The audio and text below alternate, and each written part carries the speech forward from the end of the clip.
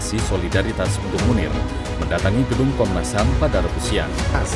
Warga yang mengklaim 98 hektar lahan belum dibayar memilih untuk bertahan. Dalam Undang-Undang 39 tahun 1999 ada tugas fungsi Komnas HAM untuk melakukan penyelidikan dan pemantauan manakala ada dugaan pelanggaran hak asasi manusia. Nah, pasal ini bisa kita kreasi menjadi pasal yang lebih fungsional gitu, dengan mengatur atau menyusun satu metode investigasi atau pendalaman kasus yang lebih profesional. Itu kan terobosan-terobosan di dalam melakukan investigasi yang sebelumnya misalnya belum pernah dilakukan, sehingga menghasilkan suatu kesimpulan-kesimpulan yang juga mungkin publik belum pernah memikirkannya. Istilah unlawful killing misalnya, itu belum sesuatu yang menjadi konsumsi publik. Kita lahirkan itu dengan bukti-bukti yang lebih akurat, lebih valid misalnya, dengan kesimpulan bahwa telah terjadi unlawful killing dengan rekomendasi-rekomendasi tertentu. Aparat pemerintah pusat, daerah secara aktif dan responsif untuk menyelesaikan masalah ini secara damai dan bijak.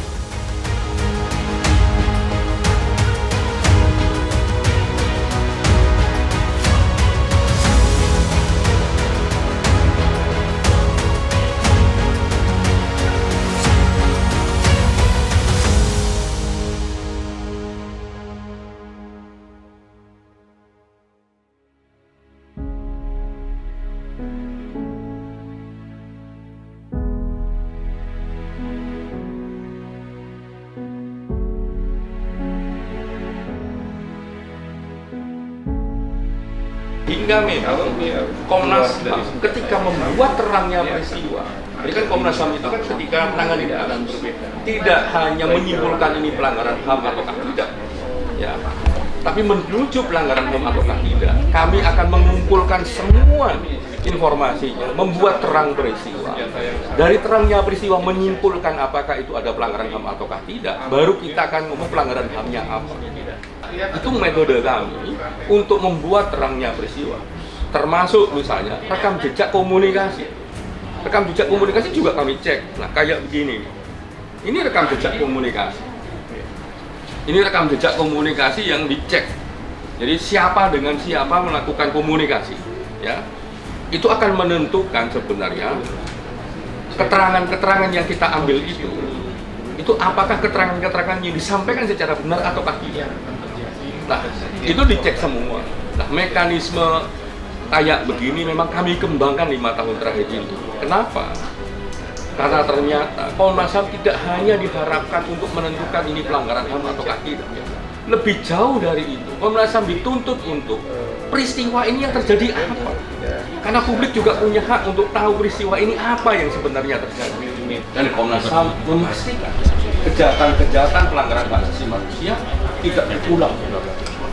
Dan salah satu yang penting dari temuan fakta terang benderang yang peristiwa.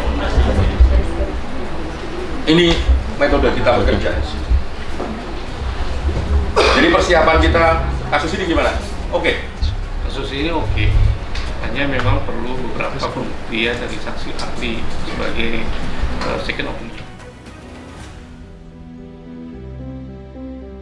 Ada 16 peristiwa pelanggaran berat hak asasi manusia yang kami tangani, penyelidikan baru 4. Dari 4 penyelidikan baru itu, 1 ditindaklanjuti oleh Jaksa Agung ke Pengadilan Hak Asasi Manusia. Ke depan memang pertama yang harus kita maksimalkan adalah pengetahuan kita atau pengertian-pengertian tentang konsep pelanggaran hak asasi manusia yang berat, yang merupakan kejahatan yang sangat serius di muka bumi, itu memang harus ditingkatkan di Indonesia. Pada para keluarga korban dari pelanggaran hak asasi manusia yang berat ini, sesungguhnya negara berhutang pada mereka. Saatnya sekarang negara melunasinya dengan menegakkan keadilan agar harkat dan martabat semua keluarga korban dan para penyintas ini bisa pulih sebagaimana warga negara biasa lain.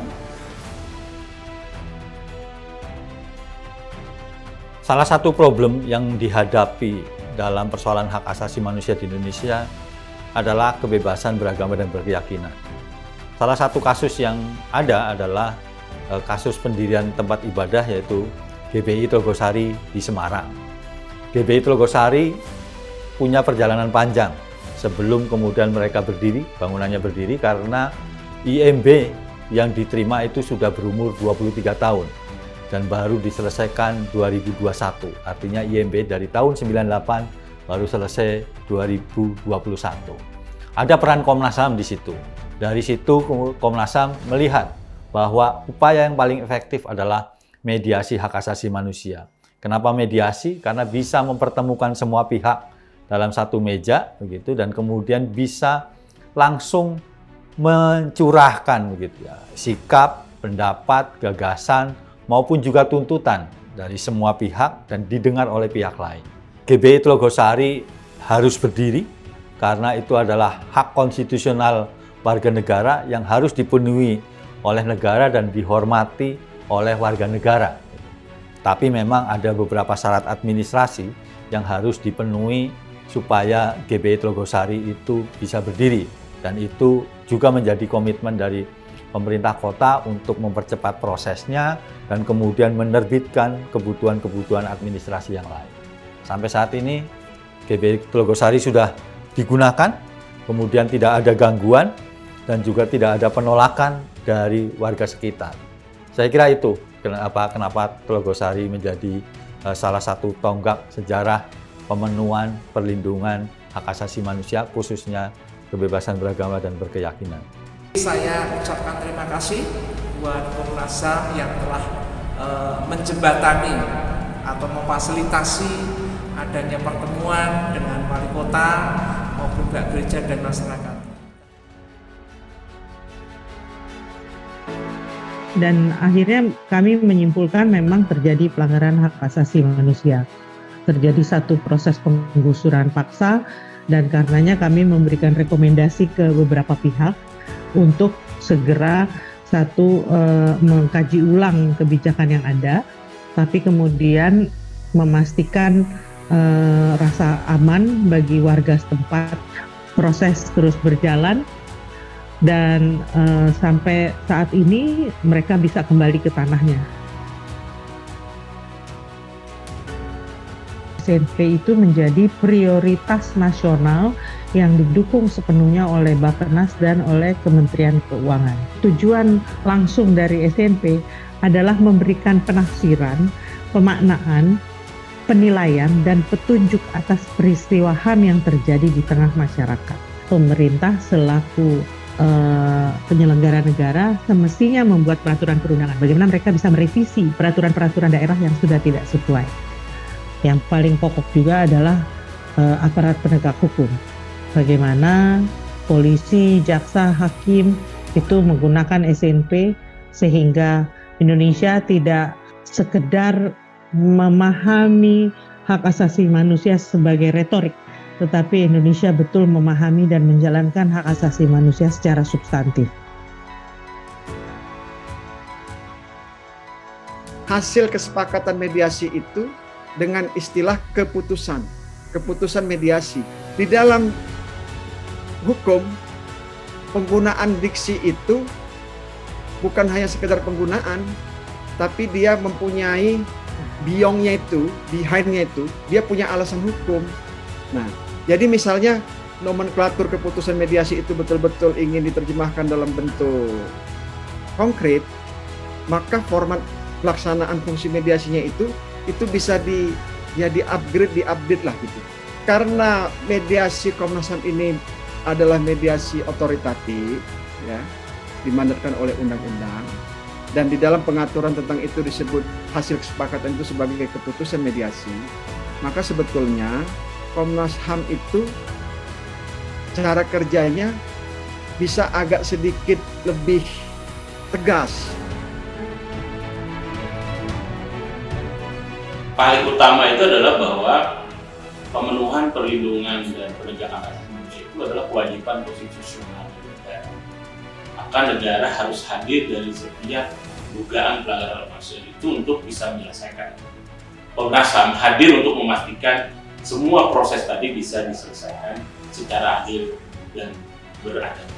Tantangan terbesar dari pemajuan dan penegakan HAM di Indonesia saya kira adalah konflik kepentingan antara negara dan warga negara, di mana seharusnya negara itu wajib memenuhi, melindungi, menghormati hak setiap warga negara seperti yang ada di konstitusi. Bagaimana harkat dan martabat manusia diletakkan pada posisinya, bukan sebagai objek, bukan sebagai pelengkap, tetapi memang sebagai roh dari kehidupan warga negara Indonesia. Di masa datang, dengan memanfaatkan perkembangan teknologi komunikasi, Komnas HAM bisa hadir dimanapun dan kapanpun untuk melayani masyarakat.